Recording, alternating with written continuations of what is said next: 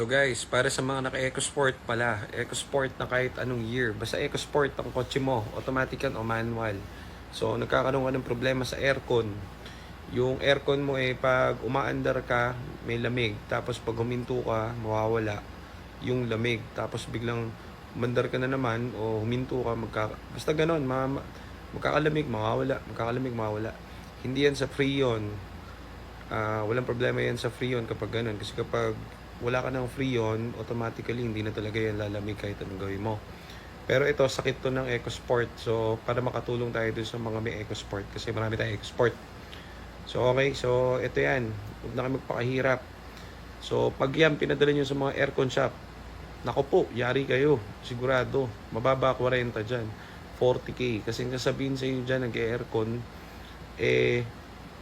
ang tawag dito, palit ng compressor. So, kayo magpapaliwala doon. Kapag may nagsabi sa inyo noon, i-message nyo ako, chichinilasin ko sa mukha. Kasi dati, puro ganun. Nag-experiment kami, inikot namin yung mga EcoSport namin sa mga sikat na airconan. Sisingil kami 40, 25,000 yata, tapos may premium, may service charge, may ganito. Hindi totoo yun, kayo magpapaniwala doon. Pero totoo naman yun na may sira yung compressor noon. Ngayon, sabihin ko sa yung technique, para ang gastusin mo lang 1.5 to 2,000. Okay, ganito. Ang sira niyan is yung ECV valve niya. So, yung ECV valve is located sa ilalim ng compressor ng EcoSport. Sakit niya yan, nawawala, yung lamig, nagkakaroon, nawawala. So, kapag yan ang sintomas mo, ang problema mo is ECV valve.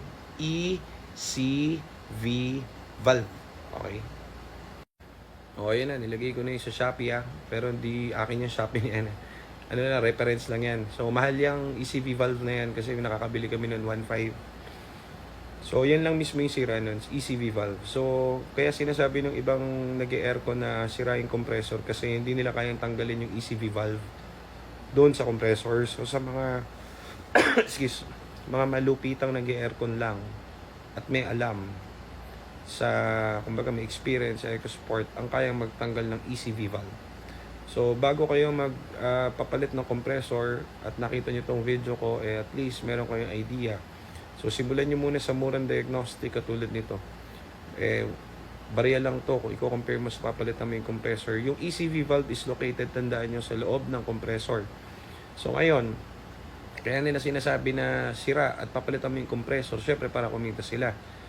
Pangalawa, hindi nila kayang baklasin yan kasi mahirap baklasin yan. Tina-timing kasi yan May parang may parang tamang timing doon sa pinagkakabitan. So kapag mali ang timing, hindi yun lalamig. Okay? So yung iba naman, nare-repair din yung ECV valve. Kapag matinding nag-aircon, yung tipong aircon lang ang iniisip sa araw-araw. So yung mga master sa aircon, yun lang makakaalam nun.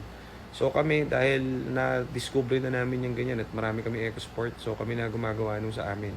Pero wag na kayong mag-message sa akin na magpaparepair ng ganyan kasi hindi namin focus yung sa aircon yan.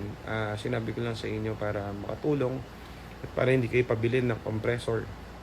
Kasi nung nalaman na namin tong ganito, inikot namin sa 3 aircon shop to sa malapit sa shop namin. Tapos ang tinuturo nila sabi pa nung isa, papaputol niya daw yung kamay niya kapag hindi compressor yung sira.